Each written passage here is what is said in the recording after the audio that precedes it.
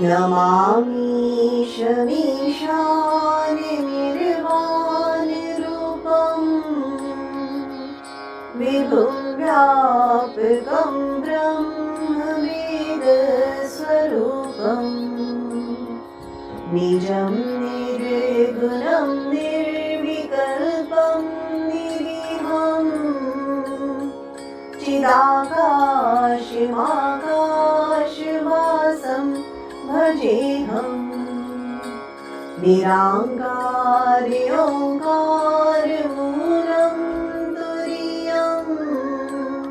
निराज्ञानिगोतीतमीशं गिरीशम् करालं महाकाले कालं कृपालं गुणागार संसार पारं नतोऽहम् तुषाराद्रिसङ्काशघोरं गम्भीरं मनोभूतिकोटि प्रभाश्रीशरीरम् सुरन्मौलिकल्लोलिनी चारुगन्धा लसद्भारे बालेन्दुकण्ठे भुजङ्गा चलत्कुण्डलं नेत्रं विशालम् प्रसन्नाननं नीलकण्ठं दयालम् मृगाधीशचर्माम्बरं मुण्डमालं प्रियं शङ्करं सर्वनाथं भजामि प्रचण्डं प्रकृष्टं प्रगल्भं परेशम् अखण्डम् अजं भानुकोटि प्रकाशम् त्रयशूलनिर्मूलनं शूलपाणिं भजेऽहं भवानीपतिं भावगम्यम् कलातीत कल्याणकल्पान्तकारी सदा सच्चिदानन्ददाता पुरारी चिदानन्दसन्दोह मोहापहारी प्रसीद प्रसीद प्रभो मन्मथारी न यावदुमानाथ पादारविन्दम्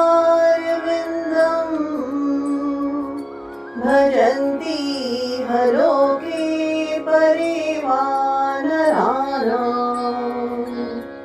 न तावत् सुखं शान्तिसन्तापनाशम् प्रसीद प्रभो सर्वभूतादिवासम्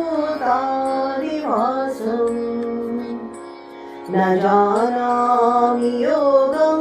जपं देव पूजां न तोऽहं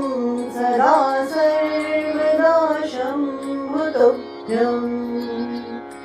जराजन्म दुःखोऽघतातप्यमानम् प्रभो पाहि आपन्नमामीश शम्भो रुद्राष्टकमिदं प्रोक्तं विप्रेण हर्तोषि ये पठन्ति नरा भक्त्या तेषां शम्भो प्रसीदति।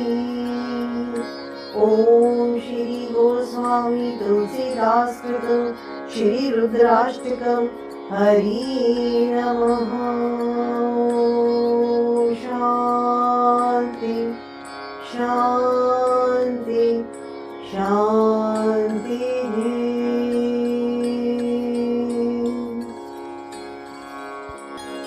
नमामि शमीशाननिर्वाणरूपम् व्यापकं ब्रह्मवेदस्वरूपम् निजं निर्गुणं निर्विकल्पं निरीहम् चिदाकाशमाकाशवासं भजेऽहम् निराङ्गार्योङ्कारमूलं तुरीयं निराज्ञानिगोतीतमीशं गिरीशम् करालं महाकाले कालं कृपालं गुणागारि संसारे पारं नतोऽहम् तुषाराद्रिसङ्काशघोरं गम्भीरं मनोभूतिकोटि प्रभाश्रीशरीरम् सुरन्मौलिकल्लोलिनीचारुगन्धा लसद्भारे बालेन्दुकण्ठे भुजङ्गा चलति कुण्डलं नेत्रं विशालम् प्रसन्नाननं नीलकण्ठं दयालम् मृगाधीशचर्माम्बरं मुण्डमालं प्रियं शङ्करं सर्वनाथं भजामि प्रचण्डं प्रकृष्टं प्रगल्भं परेशम् अखण्डं अजं भानुकोटिप्रकाशम् त्रयशूलनिर्मूलनं शूलपाणिं भजेऽहं भवानीपतिं भावगम्यम् कलातीतकल्याणकल्पान्तकारी सदा सच्चिदानन्ददाता पुरारी चिदानन्दसन्दोह मोहापहारी प्रसीद प्रसीद प्रभो मन्मथारी न यावदुमानाथ पादारविन्दम् भजन्ति हलोके परिवानराणाम् न तावत् सुखं शान्तिसन्तापनाशम् प्रसीद प्रभो सर्वभूतादिवासम् न जानामि योगं जपं नैव पूजां नतोऽहं सदा सर्वदा शम्भुतुभ्यम् जराजन्म दुःखोऽघतातप्यमानम् प्रभो पाहि आपन्नमामीश शम्भो रुद्राष्टकमिदं प्रोक्तं विप्रेण हर्तोषे ये पठन्ति नरा भक्त्या तेषां शम्भो प्रसीदति। ॐ श्री गोस्वामी तुलसीदास कृतं श्री रुद्राष्टकम् हरि नमः। शान्ति शान्ति शान्तिः।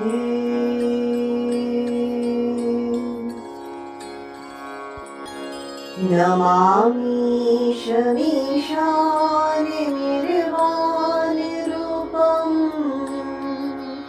विभुं व्यापकं ब्रह्मवेदस्वरूपम्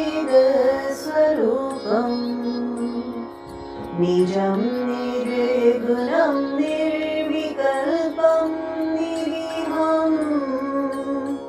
चिदाकाशमाकाशवासं भजेऽहम् निराङ्गार्योङ्कारमूलं तुरीयम् निराज्ञानिगोतीतमीशं गिरीशम् करालं महाकाले कालं कृपालम् गुणागारि संसारे पारं नतोऽहम् तुषाराद्रिसङ्काशघोरं गम्भीरम् मनोभूतिकोटि प्रभाश्रीशरीरम् सुरन्मौलिकल्लोलिनीचारुगन्धा लसद्भारे बालेन्दुकण्ठे भुजङ्गा चरति कुण्डलं नेत्रं विशालम् प्रसन्नाननं नीलकण्ठं दयालम् मृगाधीशचर्माम्बरं मुण्डमालम् प्रियं शङ्करं सर्वनाथं भजामि प्रचण्डं प्रकृष्टं प्रगल्भं परेशम् अखण्डं अजं भानुकोटिप्रकाशम् त्रयशूलनिर्मूलनं शूलपाणिम् भजेऽहं भवानीपतिं भावगम्यम् कलातीतकल्याणकल्पान्तिकारी सदा सच्चिदानन्ददाता पुरारी चिदानन्दसन्दोह मोहापहारी प्रसीद प्रसीद प्रभो मन्मथारी न यावदुमानाथ पादारविन्दम् भजन्ति हलोके परिवानराणाम् न तावत् सुखं शान्तिसन्तापनाशम् प्रसीद प्रभो सर्वभूतादिवासम् न जानामि योगं जपं देव पूजां नतोऽहं सदा सर्वदा शम्भुतुभ्यम् जराजन्म दुःखोऽघतातप्यमानम् प्रभो पाहि आपन्नमामीश शम्भो रुद्राष्टकमिदं प्रोक्तं विप्रेण हर्तोषे ये पठन्ति नरा भक्त्या तेषां शम्भो प्रसीदति। ॐ श्री गोस्वामी तुलसीदास कृतं श्री रुद्राष्टकं हरि नमः। शान्ति शान्ति शान्तिः।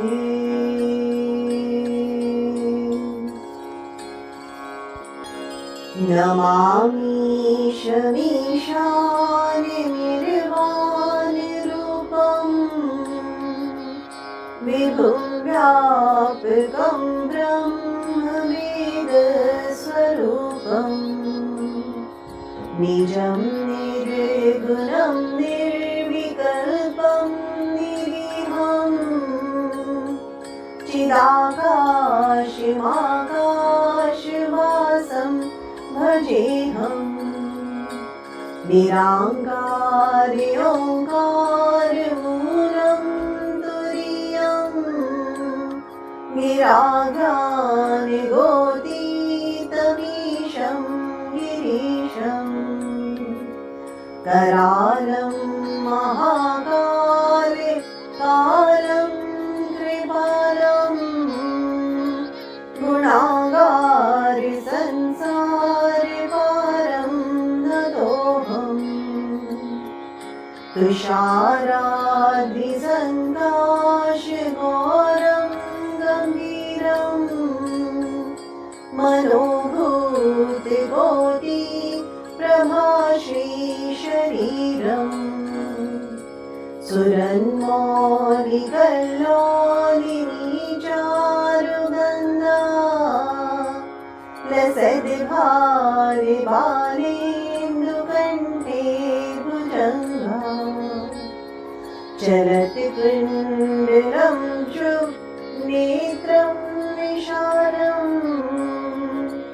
प्रसन्नाननं नीलकण्ठं दयालम्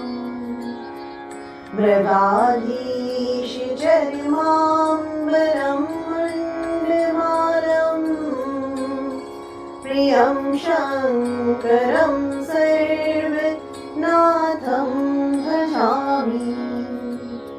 प्रचण्डं प्रकृष्टं प्रगल्भं परेशम् अखण्डं अजं भानुकोटि प्रकाशम् त्रयशूलनिर्मूलनं शूलपाणिं भजेऽहं भवानीपतिं भावगम्यम् कलातीतकल्याणकल्पान्तकारी सदा सच्चिदानन्ददाता पुरारी चिदानन्दसन्दोह मोहापहारी प्रसीद प्रसीद प्रभो मन्मथारी न यावदुमानाथ पादारविन्दं भजन्ति हलोके परिवानराणाम् न तावत् सुखं शान्तिसन्तापनाशम् प्रसीद प्रभो सर्वभूतादिवासम् न जानामि योगं जपं देव पूजां न तोऽहं सदा सर्वदा शम्भुतुभ्यम्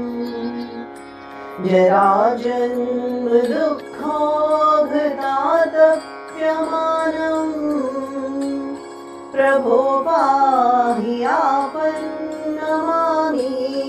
शम्भो रुद्राष्टकमिदं प्रोक्तं विप्रेण हर्तोषे ये पठन्ति नरा भक्त्या तेषां शम्भो प्रसीदति। ॐ श्री गोस्वामी तुलसीदास कृतं श्री रुद्राष्टकं हरि नमः। शान्ति शान्ति शान्तिः।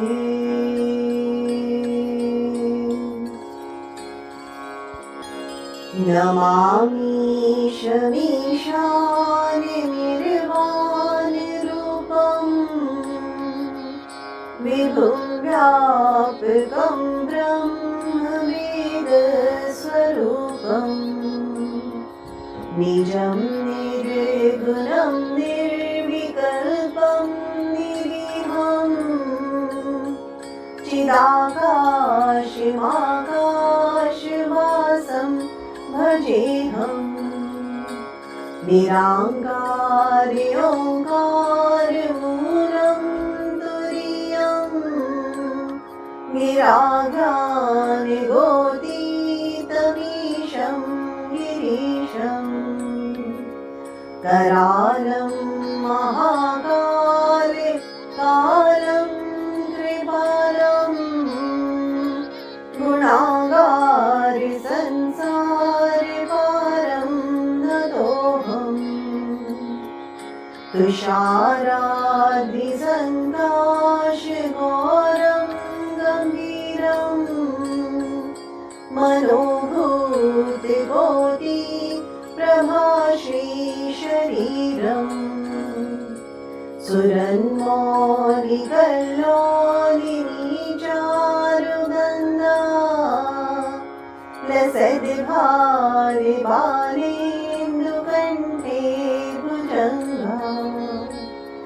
चलति कुण्डलं नेत्रं विशालम् प्रसन्नाननं नीलकण्ठं दयालम् मृगाधीशचर्माम्बरं मण्डमालं प्रियं शङ्करं सर्वनाथं भजामि प्रचण्डं प्रकृष्टं प्रगल्भं परेशम् अखण्डं अजं भानुकोटि प्रकाशम् त्रयशूलनिर्मूलनं शूलपाणिं भजेऽहं भवानीपतिं भावगम्यम् कलातीतकल्याणकल्पान्तकारी सदा सच्चिदानन्ददाता पुरारी चिदानन्दसन्दोह मोहापहारी प्रसीद प्रसीद प्रभो मन्मथारी न यावदुमानाथ पादारविन्दं भजन्ति हलोके परिवानराणाम्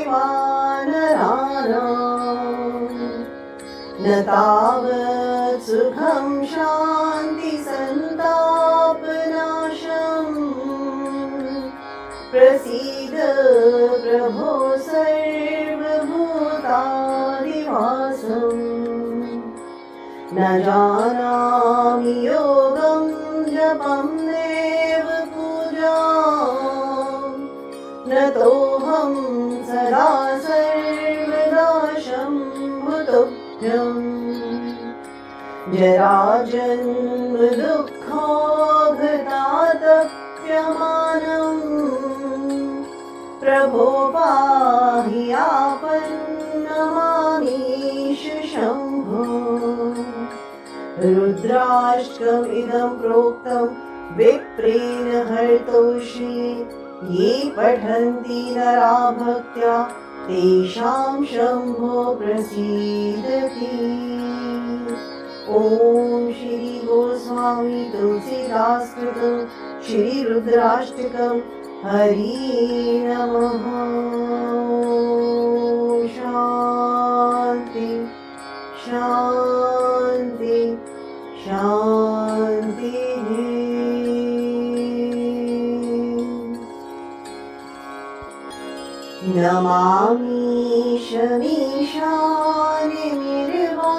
नमामीशमीशाननिर्वाणरूपं विभुं व्यापकं ब्रह्मवेदस्वरूपम् निजं निर्गुणं निर्विकल्पं निरीहं चिदाकाशमाकाशवासं भजेऽहम् निराङ्गारि ओङ्कारमूलं तुरीयं विरागानिगोतीतमीशं गिरीशम् करालं महाकाले कालं कृपालं गुणागारि संसारे पारं नतोऽहम् तुषाराद्रिसङ्काशघोरं गम्भीरं मनोभूतिकोटि प्रभाश्रीशरीरम् सुरन्मौलिकल्लोलिनी चारुगन्धा लसद्भारे बालेन्दुकण्ठे भुजङ्गा चरति कुण्डलं नेत्रं विशालम् प्रसन्नाननं नीलकण्ठं दयालम् मृगाधीशचर्माम्बरं मण्डमालम् प्रियं शङ्करं सर्वनाथं भजामि प्रचण्डं प्रकृष्टं प्रगल्भं परेशम् अखण्डं अजं भानुकोटिप्रकाशम् त्रयशूलनिर्मूलनं शूलपाणिं भजेऽहं भवानीपतिं भावगम्यम् कलातीतकल्याणकल्पान्तकारी सदा सच्चिदानन्ददाता पुरारी चिदानन्दसन्दोह मोहापहारी प्रसीद प्रसीद प्रभो मन्मथारी न यावदुमानाथ पादारविन्दम् भजन्ति हलोके परिवानराणाम् न तावत् सुखं शान्तिसन्तापनाशम् प्रसीद प्रभो सर्वभूतादिवासम् न जानामि योगं जपं देव पूजां न तोऽहं सदा सर्वदा शम्भुतुभ्यम् जराजन्म दुःखोऽघतातप्यमानम् प्रभो पाहि आपन्नमामीश शम्भो रुद्राष्टकमिदं प्रोक्तं विप्रेण हर्तोषि ये पठन्ति नरा भक्त्या तेषां शम्भो प्रसीदति। ॐ श्री गोस्वामी तुलसीदास कृतं श्री रुद्राष्टकम् हरि नमः। शान्ति शान्ति शान्तिः।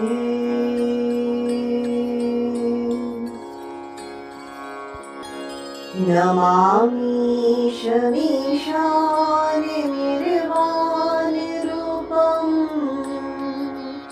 विभुं व्यापकं ब्रह्मवेदस्वरूपम्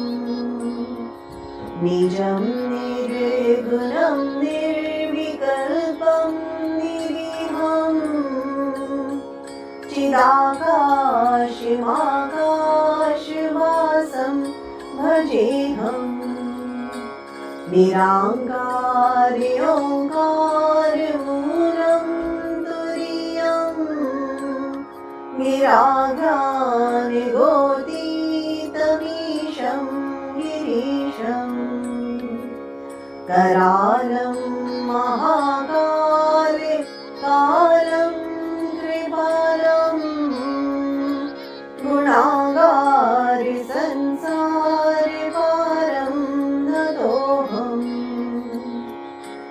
तुषाराद्रिसङ्काशघोरं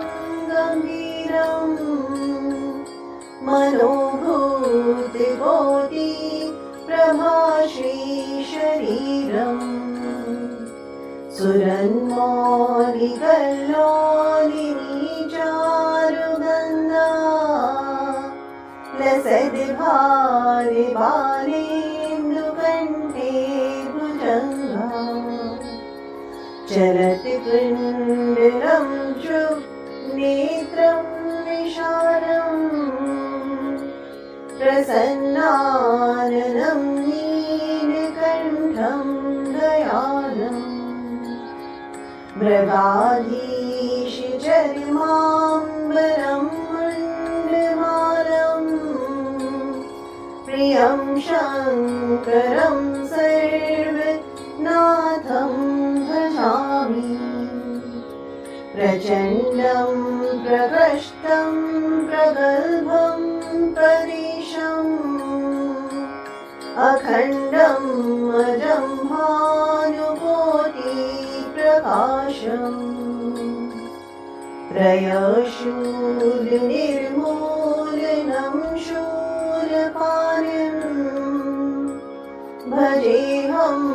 भवानीपतिं भावगम्यम् कलातीतकल्याणकल्पान्तकारी सदा सच्चिदानन्ददाता पुरारी चिदानन्दसन्दोह मोहापहारी प्रसीद प्रसीद प्रभो मन्मथारी न यावदुमानाथ पादारविन्दम् भजन्ति हलोके परिवानराणाम् न तावत् सुखं शान्तिसन्तापनाशम् प्रसीद प्रभो सर्वभूतादिवासम् न जानामि योगं जपं नैव पूजां न तोऽहं सदा सर्वदा शम्भुतुभ्यम् जराजन्म दुःखोऽघतातप्यमानम् प्रभो पाहि आपन्नमामीश शम्भो रुद्राष्टकमिदं प्रोक्तं विप्रेण हर्तोषि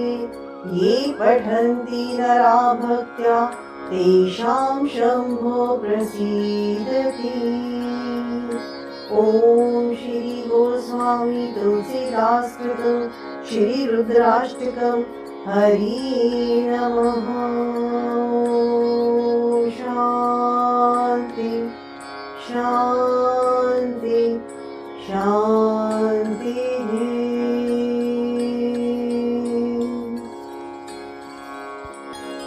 नमामीशमीशाननिर्वाणरूपं विभुं व्यापकं ब्रह्मवेदस्वरूपं निजं निर्गुणं निर्विकल्पं निरीहं चिदाकाशमाकाशवासं भजेऽहम् निराङ्गार्योङ्कारमूलं तुरीयं निराज्ञानिगोतीतमीशं गिरीशम् करालं महाकाले कालं कृपालम् गुणागारि संसारे पारं नतोऽहम् तुषाराद्रिसङ्काशघोरं गम्भीरम्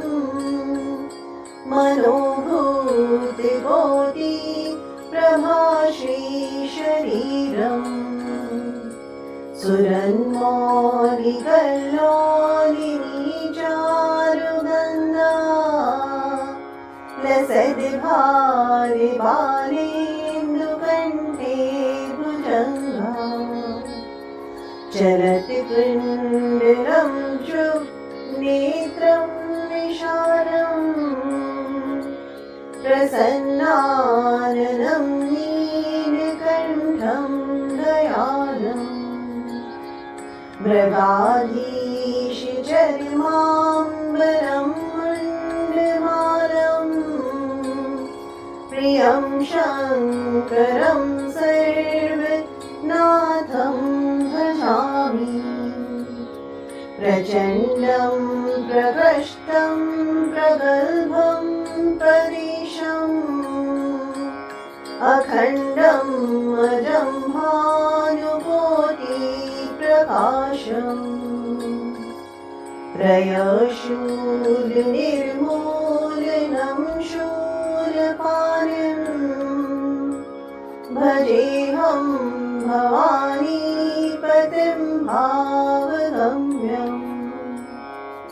कलातीतकल्याणकल्पान्तकारी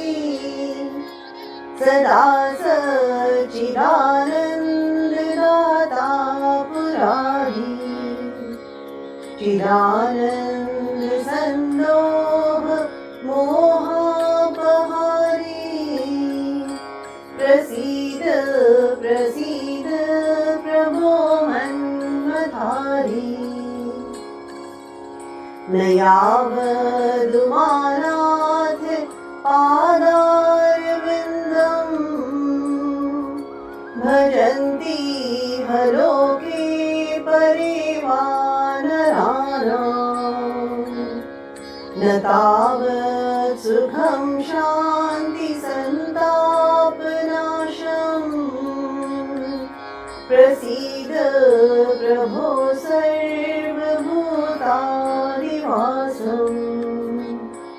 न जानामि योगं जपं नैव पूजां न तोऽहं सदा सर्वदा शम्भुतुभ्यम् जराजन्म दुःखोऽघतातप्यमानम्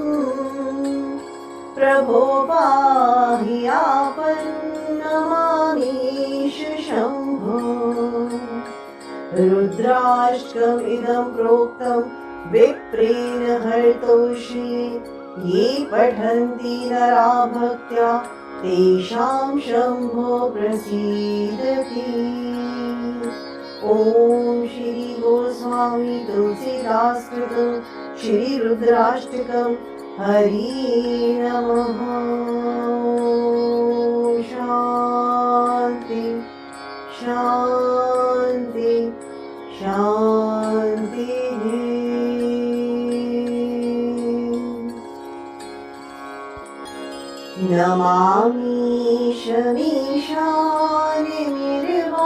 नमामीशमीशाननिर्वाणरूपं विभुं व्यापकं ब्रह्मवेदस्वरूपम् निजं निर्गुणं निर्विकल्पं निरीहं चिदाकाशमाकाशवासं भजेऽहम्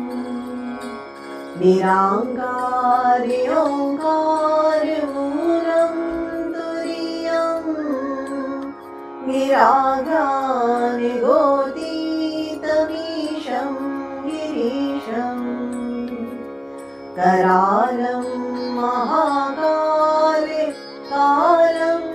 कृपालम् गुणागार संसार पारं नतोऽहम् तुषाराद्रिसङ्काशघोरं गम्भीरं मनोभूतिकोटि प्रभाश्रीशरीरम् सुरन्मौलिकल्लोलिनीचारुगन्धा लसद्भारि बालेन्दुकण्ठे भुजङ्गा चलति पिण्डरं च नेत्रं विशालम् प्रसन्नाननं नीलकण्ठं दयालम् मृगाधीशचर्माम्बरं मण्डमालम् प्रियं शङ्करं सर्वनाथं भजामि प्रचण्डं प्रकृष्टं प्रगल्भं परेशम् अखण्डं अजं भानुकोटिप्रकाशम् त्रयशूलनिर्मूलनं शूलपाणिम् भजेऽहं भवानीपतिं भावगम्यम् कलातीतकल्याणकल्पान्तकारी सदा सच्चिदानन्ददाता पुरारी चिदानन्दसन्दोह मोहापहारी प्रसीद प्रसीद प्रभो मन्मथारी न यावदुमानाथ पादारविन्दम् भजन्ति हलोके परिवानराणाम् न तावत् सुखं शान्ति सन्तापनाशम् प्रसीद प्रभो सर्वभूतादिवासम् न जानामि योगं जपं देव पूजां न तोऽहं सदा सर्वदा शम्भुतुभ्यम् जराजन्म दुःखोऽघतातप्यमानम् प्रभो पाहि आपन्नमामीश शम्भो रुद्राष्टकमिदं प्रोक्तं विप्रेण हर्तोषे ये पठन्ति नरा भक्त्या तेषां शम्भो प्रसीदति। ॐ श्री गोस्वामी तुलसीदास कृतं श्री रुद्राष्टकं हरि नमः। शान्ति शान्ति शान्तिः।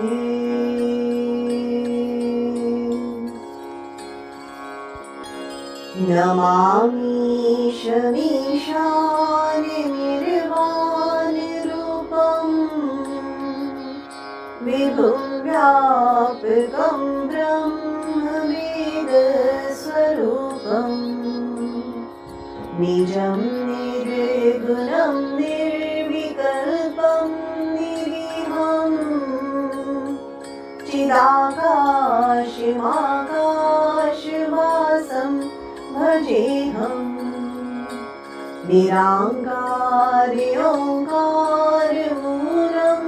तुरीयम् गिरागानिगोतीतमीशं गिरीशम् करालं महाकाल कालं कृपालं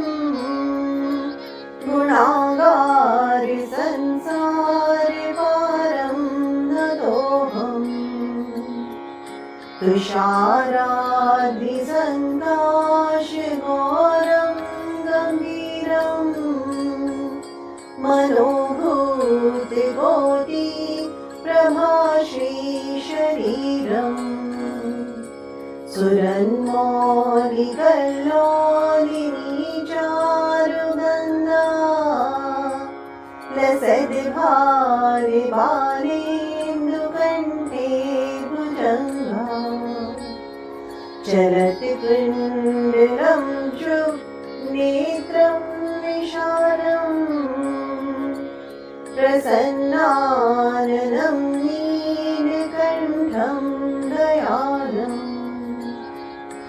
जगाधीश चर्माम्बरं मण्डमालं प्रियं शङ्करं सर्वनाथं भजामि प्रचण्डं प्रकृष्टं प्रगल्भं परेशम् अखण्डं अजं भानुकोटिप्रकाशम् त्रयशूलनिर्मूलनं शूलपाणिम् भजेऽहं भवानीपतिं भावगम्यम् कलातीतकल्याणकल्पान्तिकारी सदा सच्चिदानन्ददाता पुरारी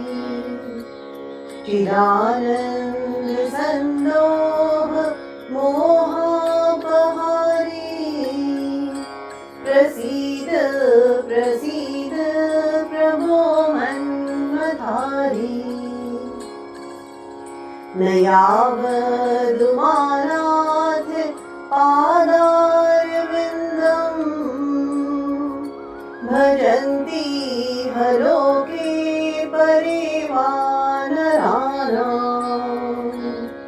न तावत् सुखं शान्ति सन्तापनाशम् प्रसीद प्रभो सर्वभूतादिवासम् न जानामि योगं जपं नैव पूजां न तोऽहं सदा सर्वदा शम्भुतुभ्यम् जराजन्म दुःखोऽघतातप्यमानम् प्रभो पाहि आपन्नमामीश शम्भो रुद्राष्टकमिदं प्रोक्तं विप्रेण हर्तोषे ये पठन्ति नरा भक्त्या तेषां शम्भो प्रसीदति। ॐ श्री गोस्वामी तुलसीदास कृतं श्री रुद्राष्टकं हरि नमः। शान्ति शान्ति शान्तिः।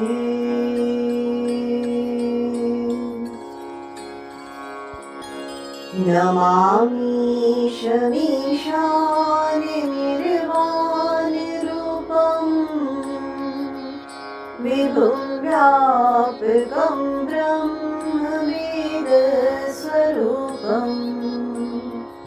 निजं निर्गुणं निर्विकल्पं निरीहम् चिदाकाशमाकाशवासं भजेऽहम् निराङ्गारि ओङ्कारमूलं तुरीयम् निराज्ञानिगोतीतमीशं गिरीशम् करालं महाकालं कृपालं गुणागारि संसारपारं नतोऽहम् तुषाराद्रिसङ्काशघोरं गम्भीरं मनोभूतिकोटि प्रभाश्रीशरीरम् सुरन्मौलिकल्लोलिनीचारुगन्धा लसद्भारि बालेन्दुकण्ठे भुजङ्गा चरति कुण्डलं नेत्रं विशालम् प्रसन्नाननं नीलकण्ठं दयालम् मृगाधीश चर्माम्बरं मण्डमालं तं शङ्करं सर्वनाथं भजामि प्रचण्डं प्रकृष्टं प्रगल्भं परेशम् अखण्डं अजं भानुकोटिप्रकाशम् त्रयशूलनिर्मूलनं शूलपाणिं भजेऽहं भवानीपतिं भावगम्यम् कलातीतकल्याणकल्पान्तिकारी सदा सच्चिदानन्ददाता पुरारी चिदानन्दसन्दोह मोहापहारी प्रसीद प्रसीद प्रभो मन्मथारी न यावदुमानाथ पादारविन्दम्